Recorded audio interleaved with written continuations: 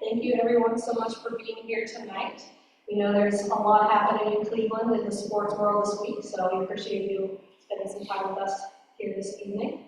I'm Elise New, one of the co-founders of Gap, and this panel discussion today is really a culmination of a years-long initiative to bring about more awareness for women in sport.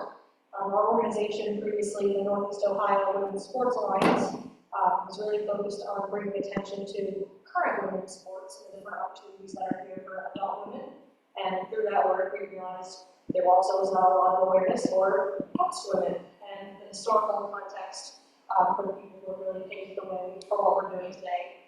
So we're really excited to be working with Joe and all of the folks here at Hiram to bring about not only this event today, but hopefully a long-lasting, sustainable archive for women's sports. And again, the variety of opportunities that have been here over the last 19 years and moving forward. So through our partnership, we've now had 2 semesters of students who have been working with us. So thank you to all the students who have been involved throughout the last few months in getting this up and running. So thank you, Dr. Joe Line. I'll turn it over. Welcome everyone, glad you're here. I'm Dr. Joanne, and she uses pronouns, and I'm teaching the class senior seminar for sport management students that has been working on this event. So my gratitude to Elise and Barb for all the collaboration for the past 2 semesters. This has been a building project, starting with our graduate students in the fall with background work on the archive, and then adding to that with our initial archive items. So please, if you haven't already, make sure that you take some time on the first floor to look at the beginning of what will be a much larger archive over the course of the next 7 semesters. Cool. Also, thank you to Janet Vogel, who has been so much help as we figure out what an archive can look like here at the Hiram College Library. And of course, the students in this class, we're all sitting in the back. You can stand or wave, whatever you're comfortable with. So their work has been putting together the archives and doing the write-ups. So you'll read about the items as well as doing all the event planning for this event tonight. So definitely a collaborative effort. And if anybody here has any women's sports memorabilia from Northeast Ohio that you think would be good to include in the archive at some point, please reach out to me, Elise, Barb, and we'll be happy to collect items, and then students in upcoming semesters will do the research to then make an display happen. So now for the actual panel discussion, I'm going to introduce our moderator, or we're going to do some introductions to give you some food on the panel. But I'll start with Adriana Viana.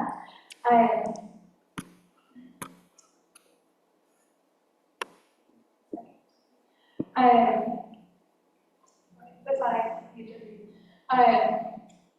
Adriana Viana, she is our moderator this evening. Adriana currently attends BJC Firelands and is looking forward to earning her bachelor's degree in social work. She works with the Cleveland Guardians as a diversity, equity, and inclusion intern, and can't wait to learn more about the community.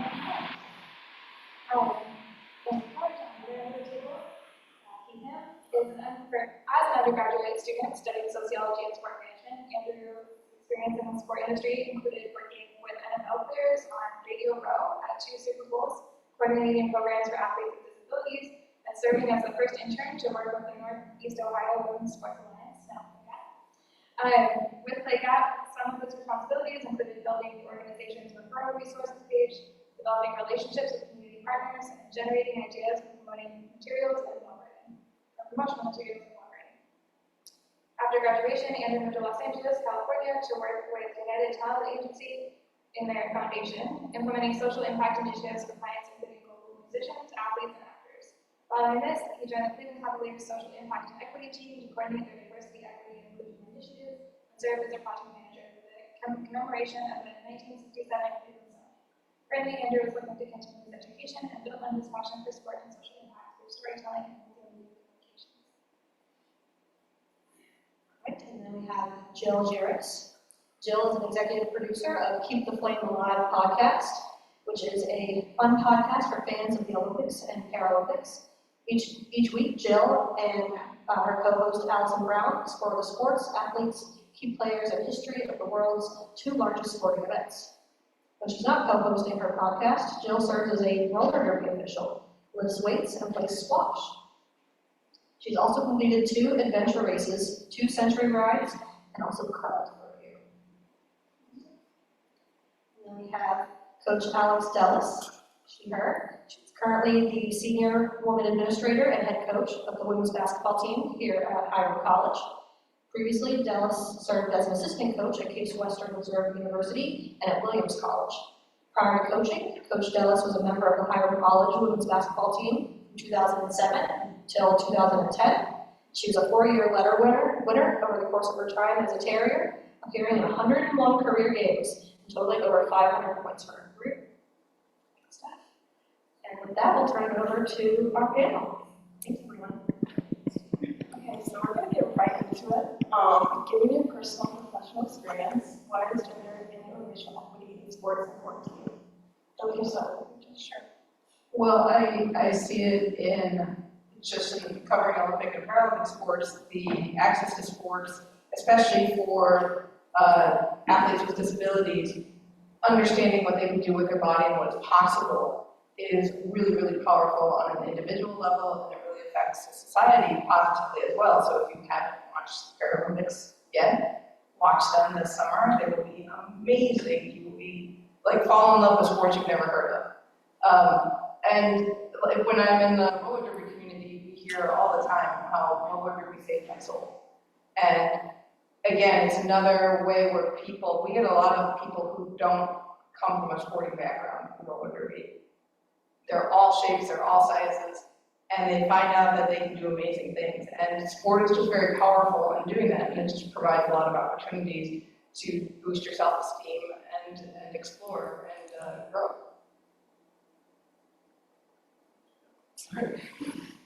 Yeah, so for me, from a personal standpoint, it's important to kind of share with you where I'm from Cleveland, Ohio, but I grew up living around the country. Our family moved about 6 times in 6 years due to some medical challenges we had, and spent time living in Phoenix, Arizona, Tucson, Arizona, Houston, Texas, Los Angeles for a little bit after graduation, and everywhere I went from when I was a kid to honestly right up until we started this panel, even meeting people before this, sport has been this connector to build meaningful relationships in my life. And so I view it as this social institution where the way we view religion, family, government, education, housing, the influence that has and the importance that we advocate for gender and racial equity in those spaces, I don't think the line blurs that much when it comes to sports.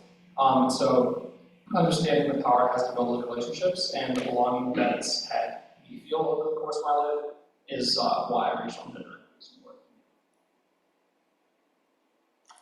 I think more from my personal experience of just starting out like a young youth league and having to play with a lot of boys in different sports because they either didn't have an all-girls league or because my brother was going to play and I was like, well, I want to play too, right? So equity in terms of making sure that the girls and women that I have the opportunity to coach have the same opportunities that their male counterparts have, and that's really been important for me. I think taking it a step further is that making sure that we're working in a conference where they support equity in both sports, men's and women's, and making sure that as SWA, I'm an advocate for our athletes in different ways that maybe their voice isn't heard or they don't even know that they aren't getting a voice in the conversation. And so I really like being a part of that, making sure that I can try to help be that voice.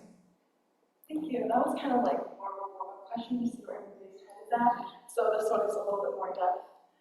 What is a stereotype or bias you've noticed in sports, and how can we challenge this stereotype or bias?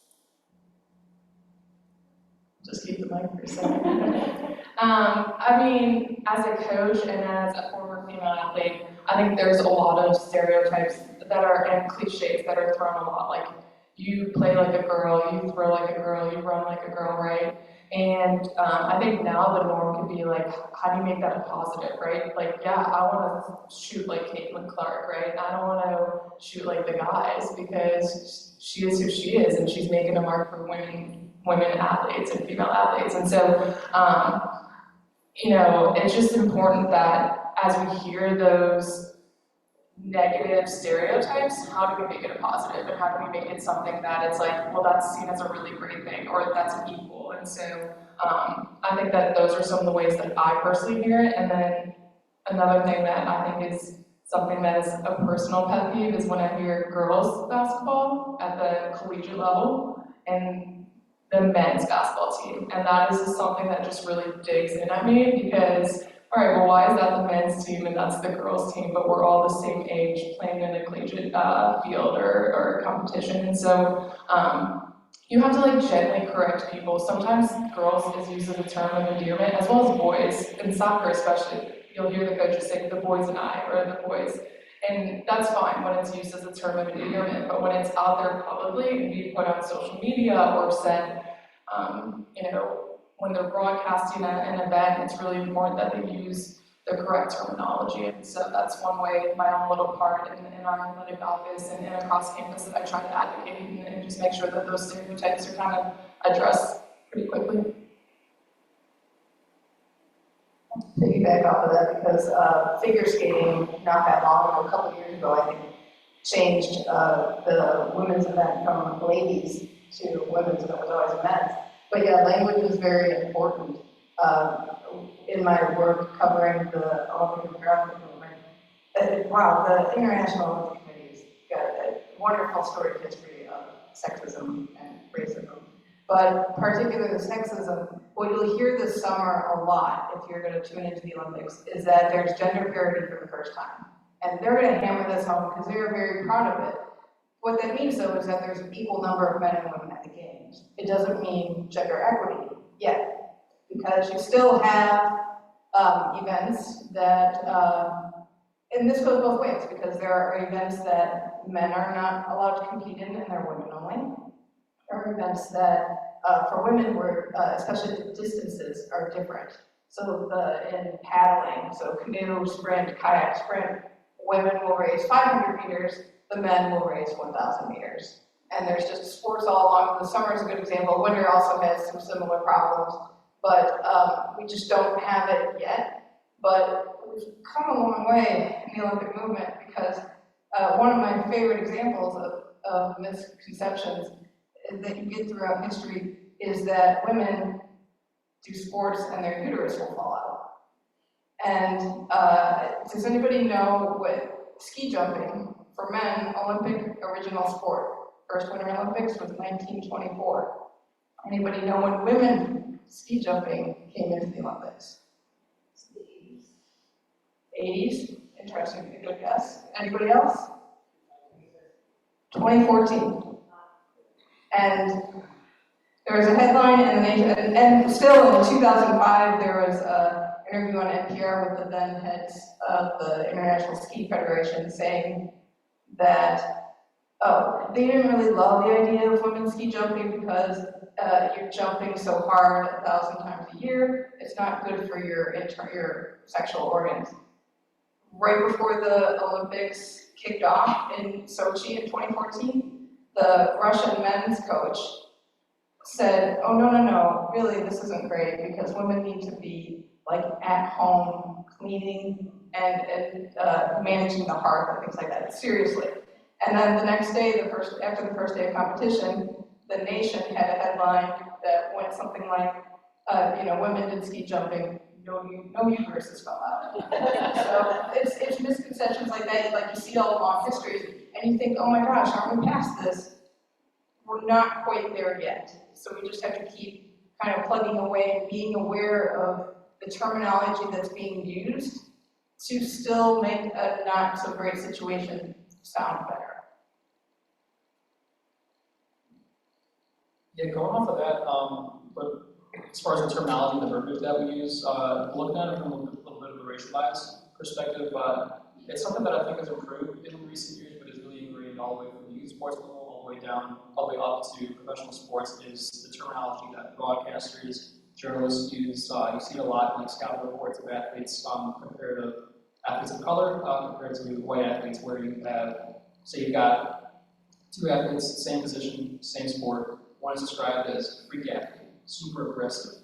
One is intelligent, hardworking. Sneaky athletic is one that's just ridiculous, especially at the pro level. But you have these terminology, and what's so dangerous about if we don't hold people in the media accountable, and even coached at the younger level, is that, especially at the younger level, sports, part of the values, like we build these characteristics and values that transition beyond the court and the field into the classroom is always enforced during applying for jobs, education, all this stuff. And if you've got a kid being told like you're a really hard worker, and someone else just naturally gifted, it's like that's extremely harmful. It goes beyond just on the court and the field. Those are traits that people carry over the years. So yeah, that's a bias that. I'm going to go on my soapbox really quick. Yes, Based on this question. But I think as somebody who works currently in sports, I work on the business operations side, so as an intern, I feel like we don't really talk about safety as a worker and setting those boundaries. I think when you're doing your career, you're taught to be very accepting of everything that's thrown at you. If you question anything, then you're not willing to do the job in a week. So as a woman, I think it's really important to notice that safety comes before everything. There's regularly no interview, no event, no happy hour, no ERG meeting where you should feel unsafe. Like currently, I go to Cleveland and I leave around 11 p.m. and I have to ask somebody like, can you walk me to my car? Can you take me to my garage? Hey, Matt, my boss, can you like call me while I walk because I don't feel unsafe? So definitely keeping up those skills of advocating for yourself and allowing other people around you to advocate for themselves. Being a woman or a man, whatever, you should be offering safety for other people and making that a very welcome conversation. So next question. Are there specific changes you have seen in sport organizations you have been a part of or have observed that could help bridge the gap and promote equity in sports? Yeah, I can kick us off. There's two examples that I want to share from past jobs I've been a part of, but to preface it, I think it's extremely important with everything we're going to talk about today, especially this question, that you need to be intentional, you need to be authentic with everything you do. I don't know anything great that's ever been accomplished, especially in social change, social impact, without intention. So with that being said, my most recent position where I worked in diversity, equity, and inclusion with the Cleveland Cavaliers, we had something where it was our DEI 101 training. So this was something that was mandatory for everybody in the organization, from the players, the coaches, everyone across all teams. So learning the principles of what is diversity, what is equity, what is inclusion, and more importantly, how can you take what you learn there and integrate it internally into how you interact across, within teams, within a sport organization, but also making sure that the relationships and the weight of those relationships externally in the community aren't transactional. So if you have a Pride Night, you're not just bringing out like Plexus is a really big organization. You're not just bringing them out for one day. It's like, hey, happy Pride. See you next year. Like that's, I almost cursed. It's not good. Can we curse part now? Put some notification on Zoom. And so being able to just limit those transactional relationships. And then another example that I'd like to share, and I got to plug Play Gap because I was their first ever intern with the Northeast Ohio Women's Sports Alliance before Play Gap. And so something we did that I haven't seen too many orgs do, nonprofit or pro, was the referral resources page that I was lucky to help build out. And I think this idea when we talk about racial equity, gender equity, these can be viewed, I think, it can be overwhelming and viewed as two separate issues, but people that are struggling or just want guidance in either area, I think we should approach it more holistically, where with the referral resources page, there's mental health, LGBTQIA plus support, housing, job security, job training, better say. If we view racial and gender equity in a more holistic sense, I think that's how you really tackle issues and challenges. Go ahead. Okay, well, I think that some of the things that I've seen, I guess more so in the NCAA, I'll just kind of tackle it from my own perspective, is that they offer different free trainings and different free opportunities to just educate yourself, I guess. And specifically to the DEI side of things, but if there's something that you want more information about as a coach, as an administrator, or as a student athlete, they have free resources. And so that's something that I think they're plugging more. And it used to be that when I first started coaching, everything was you have to pay to learn about it, and you have to sign up and register and pay a small fee, or attend this seminar, attend something. And now they're realizing that like knowledge is power. Let's educate the individuals within the NCAA. They're not a perfect organization, I know that. We have like a lot of growing to do, but I think that they've done a good job offering these opportunities and just trying to make sure that they educate those that are NCAA affiliated, which I think has been really great for the growth of and just education of all of us that are connected to NCAA. I think from my angle in the media, it's looking for where the gaps are and trying to bridge them with what we do with our podcast.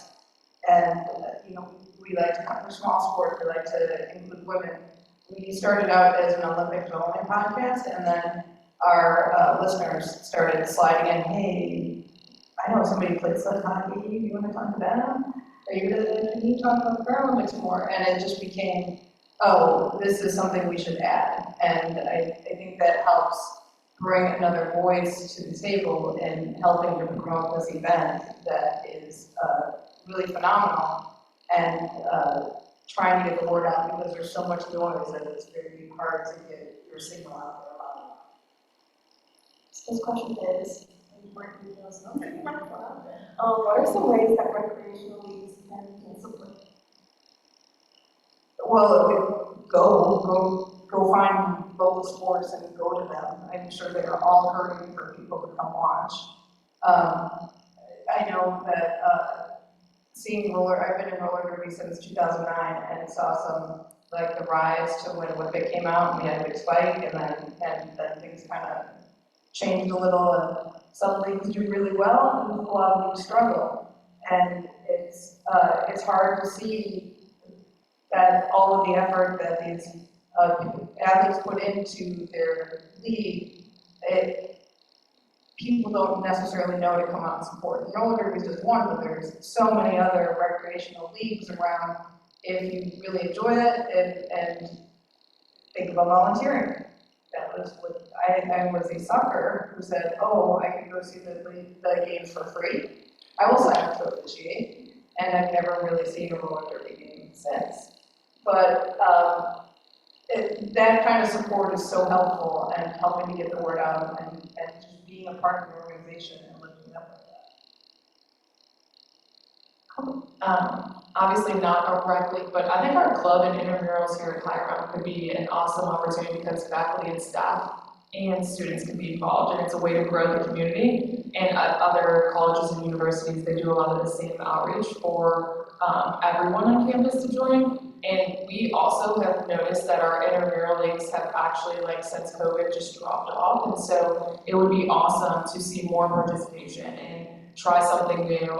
Sometimes they have just really short leagues where it's only 4 to 6 weeks, and it's, one night a week. So it might take a little bit of your time, but I think it's exciting to see faculty and staff. I know we actually had a Hiram Olympic event here. I think it was 2 weekends ago, right? 2 weekends ago, or maybe it was last weekend. 2 weekends ago. And so I know that the students thought it was especially cool when they heard that faculty and staff might be joining that. And so I know it's not always easy for everyone's busy schedules, but a support, even whatever your community looks like, whether it's your city or if it's the college or university, they will also let alums, so if you have an institution from Northeast Ohio that you can go to or reach out to, they always are welcoming alums to participate. And I think that's a great way to grow community and to just, be involved and reach out. And I'm ssure that Hiram 3-on-3 basketball would love an official, so if you need a rep, you don't want to play, but you need a rep or an official, right? That's a good way to get involved, and so definitely think about that. Yeah, I think kind of building off of what Alex said, I would challenge universities and especially pro teams to keep investing more and partnering directly with teams that are here in Cleveland. Like, for example, one thing the Cleveland Charge do, shout out Corey Jones over there works for the Cleveland Charge. Way to go, Corey. Cleveland's fine. But one thing the Charge do is, like for the theme nights that I was able to work and manage was partnering directly with orgs to, let them table at the event, get the word out, recognize them at halftime or between quarters. I've seen the impact of little kids going up to tables, so I don't know if this exists or whatever, and like it all stems, like that builds out, it's really important. And you do the same thing with universities as far as spreading that awareness. One other thing that I don't have the answer for, if anyone does, that'd be awesome, but youth sports and the pay-to-play model, things that are, it's just wild. I think it was $833 in 2022 was the average amount spent on like one child's primary sport. So you think about the impact of that in the suburbs compared to kids growing up in lower socioeconomic areas and families that need to worry about housing, food insecurity, eviction rates are higher, quality of education. I don't think paying for those sports is going to be a priority.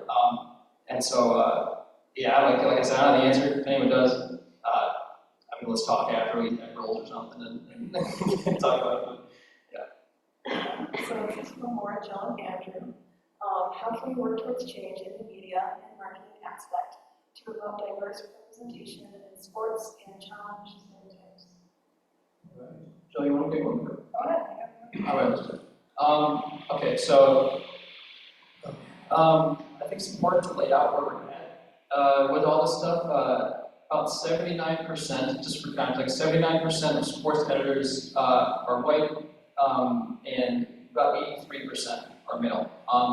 I point out sports editors because you're talking about people that are controlling narratives of what gets told, how it gets told, and there's one thing that I believe in more than anything is the power of storytelling to build meaningful relationships. Like, it's something I talk about. First question, that's a core belief of mine. And so I think what we need, going back, we need to develop more diverse journalists, storytellers. How do we get there? I think something that could be interesting, especially for the students back in the room too. Like, I'd be curious. You don't have to answer now. We'll talk later. Like, curious about like how many of you knew that there's marketing jobs in sports, there are sales jobs in sports, social impact in sports. All these things where it's like, you can be successful in sports without being the 0.00, whatever the small percentages that actually go pro, because it's super rare. As an intramural sports athlete, I wasn't going pro. It's pretty good though. But it's just thinking about, where are we sending recruiters for these schools, sport management programs, journalism, communication, to show kids and create that generational change. And that's how you craft a new age of storytellers, which is where, not that it can't be done now, but I think attacking a root like that is how you're going to be able to create long-lasting change.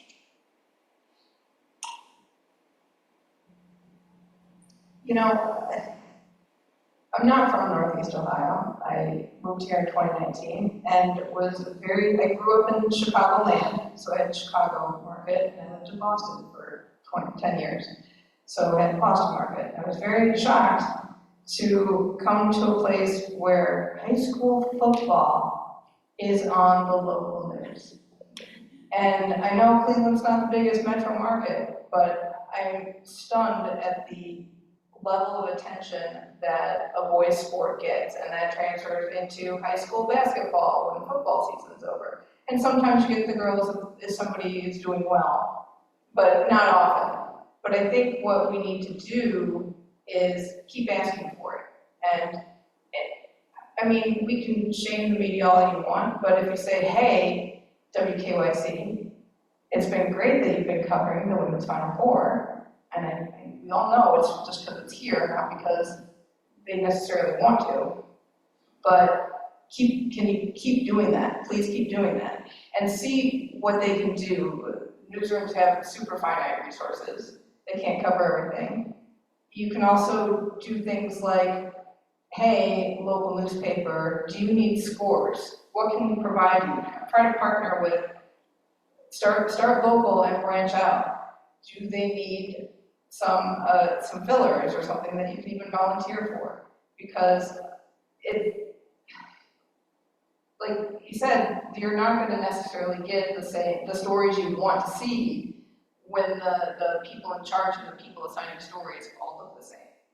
So it's kind of up to us to ask for it, or you could start your own. And I can tell you that it's fun, and we do our best to showcase a wide variety of stories, but it's a lot of work too. It was just one of those, like, I didn't see a product in the marketplace that I wanted, so I created it, and you do your best.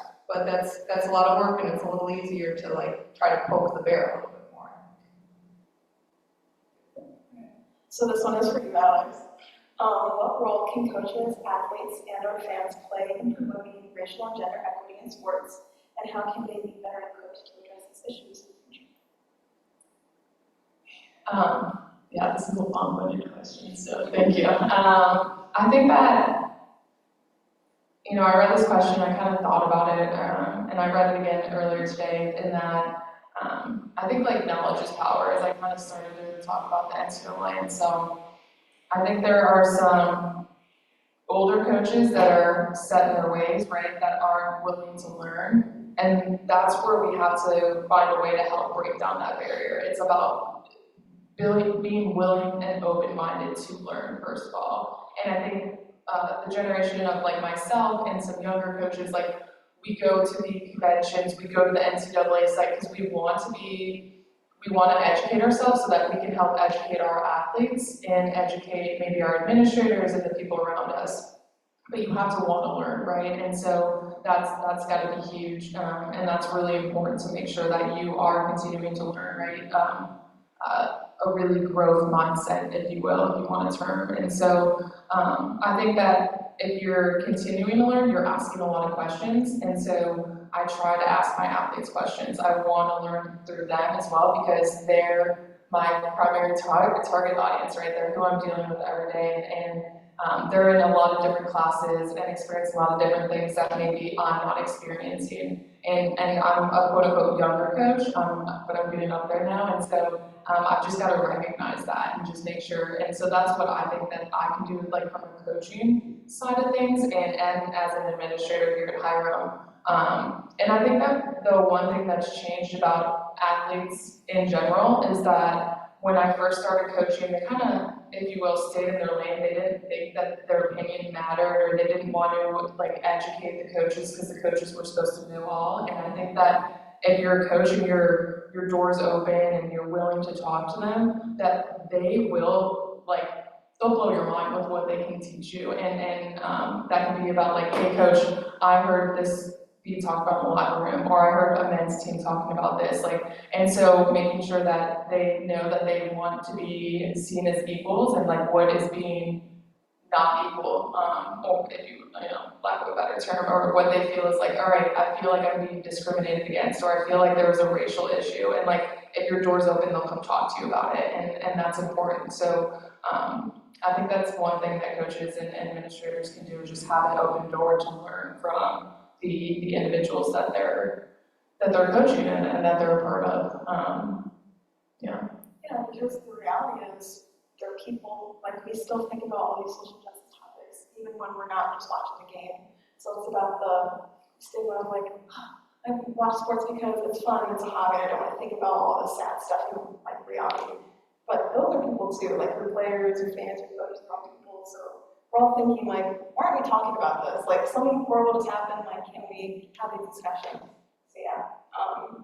I think like taking a step further too is knowing when you're in the wrong or made a mistake, and like how do you fix that, come up with a solution. That I try to bring in my captains or leaders of the team a lot to make sure that I'm bouncing ideas, because something I think is a great idea to help make sure that our team's being treated equally or in a good space or safe space, they might not feel the same way, right? And they're like, oh, that wasn't a great idea for them, and what is a good idea? So it's important that they like have that freedom to talk, and also for someone that maybe isn't as knowledgeable to say, I'm sorry, or I'm sorry that happened, how can we help it? And that's huge too. Okay, so we're at 7, yeah, I think we're.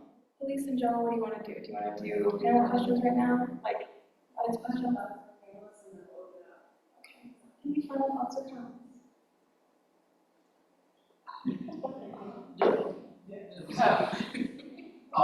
Yeah, so mine would be to everybody in the room, just be curious. I believe that curiosity is the engine that drives every type of meaningful relationship we develop, whether it's in career, personal, or different types of relationships. I have never gotten really interested or passionate about something that I wasn't more curious about. It's just the truth. And so I would say be curious, and then through that curiosity, be more open to different relationships that allow you to get proximate with people. You know, you can't hate from up close.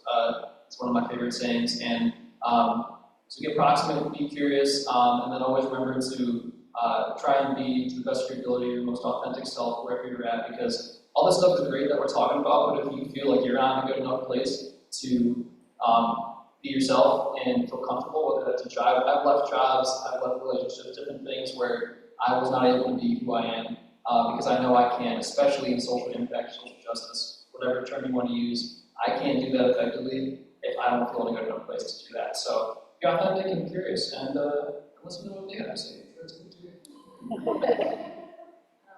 I think I would just like to leave everyone with like my boss calls me a nag, okay? And he tells me all the time, he's like, you're nagging me again. But I know that being an advocate and nagging, he says it in a very loving way. If you knew him, you would understand that he says that with like, he's like, I hear you, I'm gonna make sure that something happens.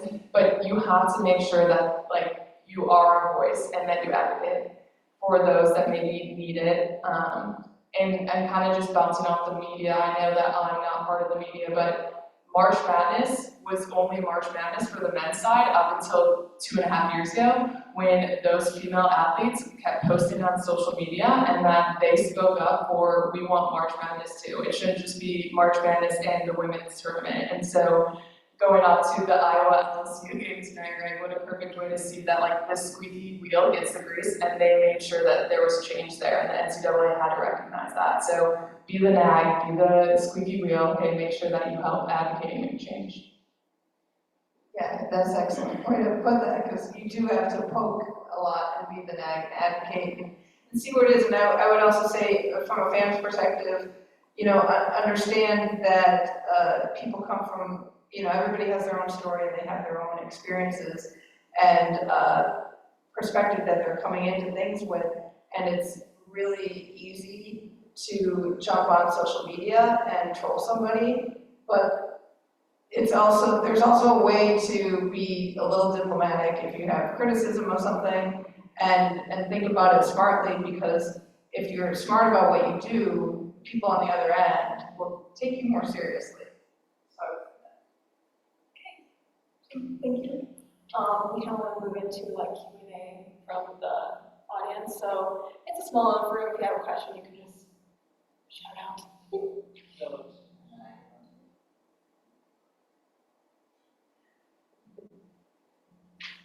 Okay. You have a question?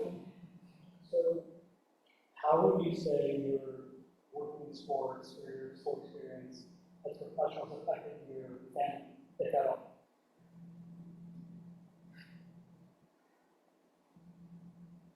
It's weird because it's made me more of a fan of a lot of things, of a lot of sports.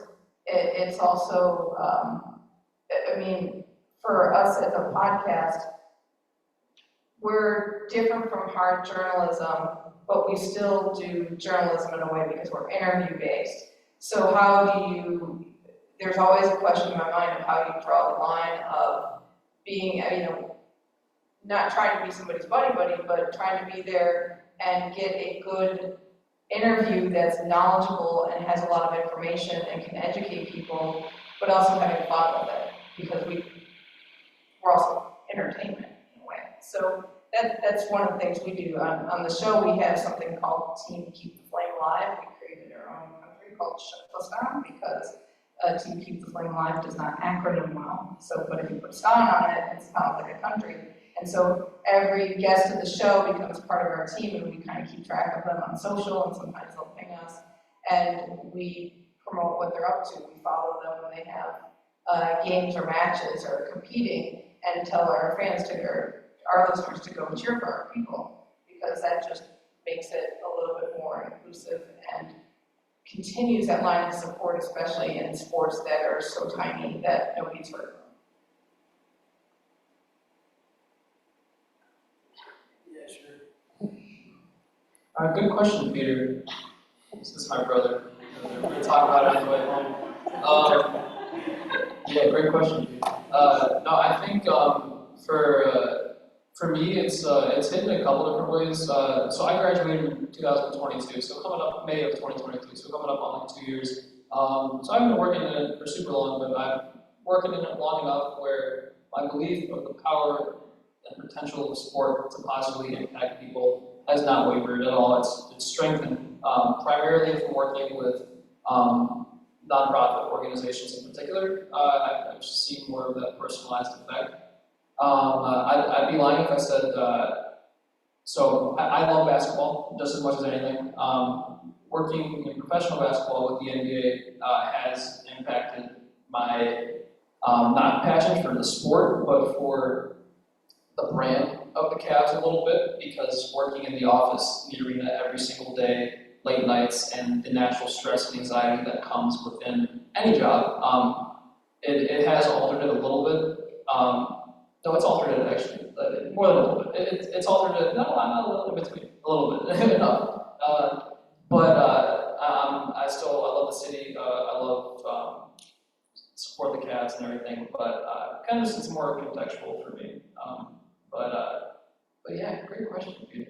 Nice, way to go. Any other questions? So we look at urban equity. What about with that under the rules? And what for example, men's and women's hockey. There's a big difference because the men are allowed to actually check. Women are not allowed to check. Over in Europe, there is a women's league that they've actually tested that out. I haven't looked at it. So, what about within the rules? Should we also maybe even look at what the rules?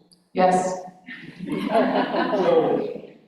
So, that's one thing I'd like to look at. Would women over here in America, would they actually play hockey if they were allowed to? So, but there's other games that are different. So what they have the rules? Tell you that women love contact sports. I'm sure, I would not be surprised if they would want to check. The one thing I would have about checking is how are we doing on concussions? That would be my question.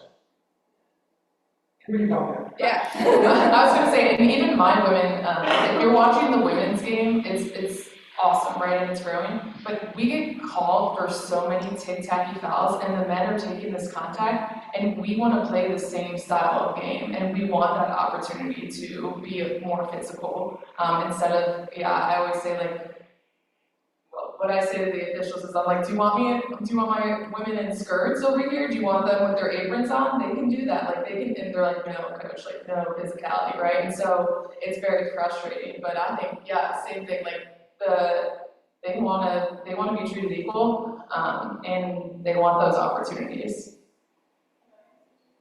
I have some thoughts on that too. So lacrosse is another one of those sports where it's significant in different rules. So also, but with basketball in general, so if you think back to women's basketball when it was half court, 3-on-3, and you can only dribble 3 times before then you have to pass. These are historic. So looking at what sports have come from historically, and also why they institute these rules. So there's also just such a significant lack of research, just for women in general, but especially for women's sports and athletics. So a lot of the research you're going to find out there is about men, and then even then, it's in countries with higher socioeconomic status. So a lot of these averages we're getting are from North America, Europe, and Australia, but we're not really getting a big picture. So like we have to look at almost like a sports-specific rule in like a global context, right, to get a better understanding of. But I mean, I agree. Like yes, the short answer is like, yes, we definitely should take a look at that because like lacrosse, especially, it's like, what are we doing differently? Exactly. Why are girls not wearing helmets and face masks and throwing the ball differently? It's the same sport, the same equipment. I'll also let you know that Job back there was in our awesome practices. He was our intern, and he would bring a pad out to practice. Like we would, and the women would lower their shoulders and attack him to because they wanted to, right? And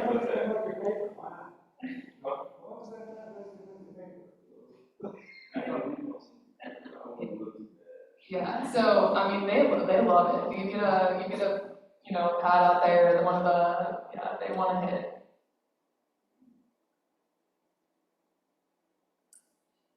So coming from a healthcare background, so I'm a physical therapist, what do you guys see, disparity-wise between men's and women's sports and their healthcare in terms of physical therapy, athletic training, like recovery work? Do you see differences in how they're treated even from the amateur level to college and professional? If so, how do you guys recommend that get dealt with? So, on the show, we just interviewed an author of a new book called All in Stride, and it's really about the Army world-class athlete program. And one of the characters in the book, she follows two Kenyan runners who ended up getting married, but they came from Kenya and they came to the States for college and they stayed and they both joined the Army separately. And then there's another story in there about a modern athlete who was also in the world-class athlete program. But Joanna Garden, the author, was talking about Elvin Kibbett, who is the female runner of the pair, and how she was the only woman in this group of runners. And there were days where she couldn't do the same workout, and even if depending on the time of month, and even if the coaches were like, well, you'll just do a shorter workout. It didn't matter, just if your body wasn't in the right part of your cycle, you weren't able to do things, or you needed to do something different to have better recovery or something, and the coaches weren't understanding that. And that's not, the story takes place in the early mid-2000s up until about now. She still went to the U.S. marathon trials here this past winter. But there's things like that where we just don't have enough research, and we're just starting to get into tracking periods to know when you should be training and what you should be training on, what you should be eating. The physiology of your body is different, and I don't know how long it's going to take and when we're going to really, really focus on that, but it's hopeful with more focus and